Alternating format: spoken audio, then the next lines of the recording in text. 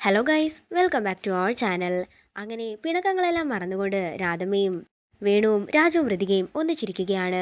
ഇനി കളിയായിട്ടാണെങ്കിലും ഞാൻ മോളെ ഒരിക്കലും വഴക്കു പറയില്ലെന്നും ഇത്രയും നാളും മോളെ വേദനിപ്പിച്ചതിന് ക്ഷമയും ചോദിക്കുകയാണ് രാധമ്മ.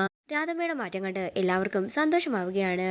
തുടർന്ന് കൊച്ചമ്മണിയോടും വീട്ടിലുള്ള മറ്റാരോടും ഇപ്പോഴൊന്നും പറയേണ്ടെന്നും എല്ലാവർക്കും ഒരു സർപ്രൈസ് കൊടുക്കാമെന്നും രാധമ്മ പറയുമ്പോൾ അതിന് സമ്മതം മൂളുകയാണ് രാജവും ഋതികയും വേണുവും. പിന്നീട് കാണിക്കുന്നത് എല്ലാവരും വീട്ടിലെത്തിയിരിക്കുന്നതാണ്. വേണു രാധമ്മയോട് പറയുകയാണ്, ഭാര്യ ഭർത്താവിനോടും ഭർത്താവ് ഭാര്യയോടും അവരുടെ മനസ്സിലുള്ള കാര്യങ്ങളെല്ലാം തുറന്നു പറയണം.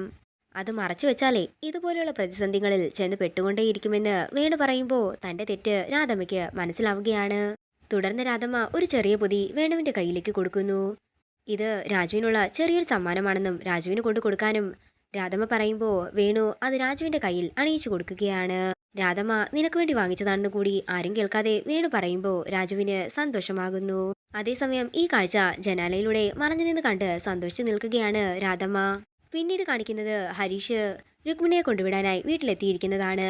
രുക്മിണി ഹരീഷിനെ എങ്ങനെയെങ്കിലും പറഞ്ഞ് തന്റെ വീട്ടിലേക്ക് തിരികെ കയറ്റാൻ ശ്രമിച്ചുകൊണ്ടിരിക്കുന്ന സമയത്താണ് ഹരീഷ് ആ സന്തോഷ വാർത്ത അറിയുന്നത്. ശ്രീലക്ഷ്മി പ്രഗ്നന്റ് ആണെന്നും ഹരീഷ് ഒരച്ഛനാകാൻ പോവുകയാണെന്നും ഇത് കേട്ട് സന്തോഷത്തോടെ നിൽക്കുന്ന ഹരീഷിനെയാണ് കാണിക്കുന്നത്. ഇതോടുകൂടി പ്രൊമോ വീഡിയോയുടെ തീരുകയാണ്. വീഡിയോ ഇഷ്ടമായെങ്കിൽ മറക്കാതെ ലൈക്ക് ചെയ്യുക, ഷെയർ ചെയ്യുക, കമന്റ് ചെയ്യുക. കൂടുതൽ സീരിയൽ അപ്ഡേറ്റ്സിനെ മറക്കാതെ സബ്സ്ക്രൈബ് ചെയ്യുക.